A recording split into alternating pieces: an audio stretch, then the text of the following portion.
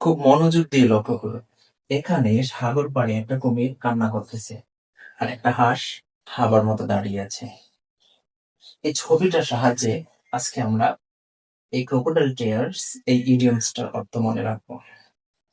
দেখুন, এখানে যদি লক্ষ্য করুন, ক্রোকোডাইল অর্থ হচ্ছে কি কুমির, আর টিয়ার্স অর্থ হচ্ছে কি কান্না, দুঃখ প্রকাশ করা। তাহলে আমরা এটা ধরে নিতে পারি ক্রোকোডাইল টিয়ার্স অর্থ হচ্ছে কি কুমিরের কান্না। কিন্তু আমরা তো জানি ইডিয়মস কখনো তার শাব্দিক অর্থে ব্যবহৃত হয় না, সে তার অন্তর্নিহিত অর্থে ব্যবহৃত হয়। এজন্য ক্রোকোডাইল টিয়ার্স অর্থ কুমিরের কান্না, এটা আমরা নিব না, এটা আমরা তার অন্তর্নিহিত অর্থ গ্রহণ করব। সেই অর্থটা কি দেখুন, সেই অর্থটা হচ্ছে মায়া কান্না অথবা বান করে কান্না করা। ইংরেজিতে যেটাকে আমরা বলতে পারি প্রিটেন্ডেড টিয়ার্স, মানে কি লোক দেখানো কান্না, বান করা কান্না। দেখুন, আমরা ইডিয়মসটা যেভাবে মনে রাখবো সেই টেকনিকটা হচ্ছে, দেখুন, এই হাঁসটা কুমিরের সামনে দাঁড়িয়ে আছে। একটু পরেই কিন্তু এই কুমিরটা এই হাঁসটাকে খেয়ে ফেলবে।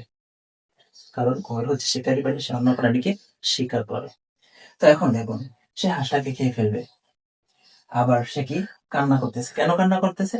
এই হাঁসটা যে একটু পরে মরে যাবে, সে যে খেয়ে ফেলবে, এটা তার দুঃখ না? হাঁসের জন্য একটা দুঃখ না? সেই দুঃখ প্রকাশ করতে গিয়ে এই কুমিরটা হাঁসের ব্যথায় ব্যথিত হয়ে কান্না করতেছে। তো এখন লক্ষ্য করুন, হাঁসটা যে মরে যাবে, কার জন্য মরে যাবে? কুমিরের জন্য না? তাহলে সেই হাঁসটাকে কি ফের আবার সেই কান্না করতেছে? তার মানে কি সে কি মন থেকে কান্না করতেছে?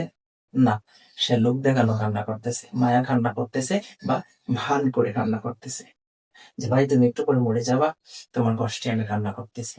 মূলত সে তার কষ্টে কান্না করতেছে না, এটা দেখানোর জন্য।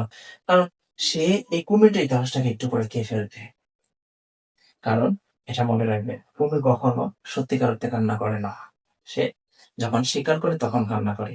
যে যেটাকে সে শিকার করবে সেই প্রাণীটার জন্য সে দুঃখ কষ্টে কান্না করে। এটা মূলত লোক দেখানোর জন্য কান্না করে। এই জন্য কুমিরের কান্না, ক্রোকোডাইল টিয়ার্স, কুমিরের কান্না। এই কুমিরের কান্না বলতে আমরা বুঝবো মায়া কান্না, ভান করে কান্না করা, লোক দেখানো কান্না করা, আহ ভান করা, বা ইংরেজিতে আমরা বলবো কি প্রিটেন্ডেড টিয়ার্স।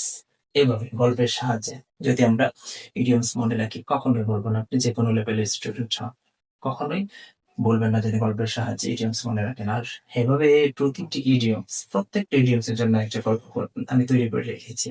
এভাবে যদি আপনি পড়েন, আশা করি কখনো বলবেন না জীবনে একবারই পড়বেন ইডিয়মস প্লিজ।